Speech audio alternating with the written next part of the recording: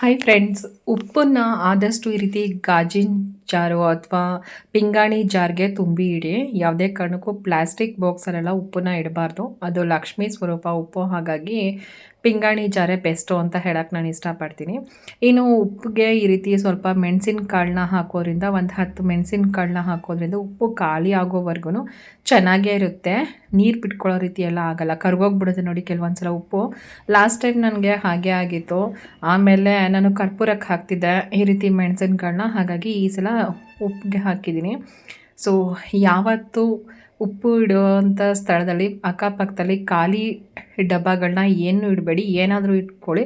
ಮತ್ತು ಉಪ್ಪು ಮತ್ತು ಎಣ್ಣೆ ಕೂಡ ಪಕ್ಕ ಇಡಬಾರ್ದು ಅಂತ ಹೇಳ್ತಾರೆ, ಅದು ಒಳ್ಳೆಯದಲ್ಲ ಅಂತ ಹೇಳ್ಬಿಟ್ಟು ಅಂತ ನೋಡಿ ನಾನು ಈ ರೀತಿ ಇಟ್ಟಿದ್ದೀನಿ.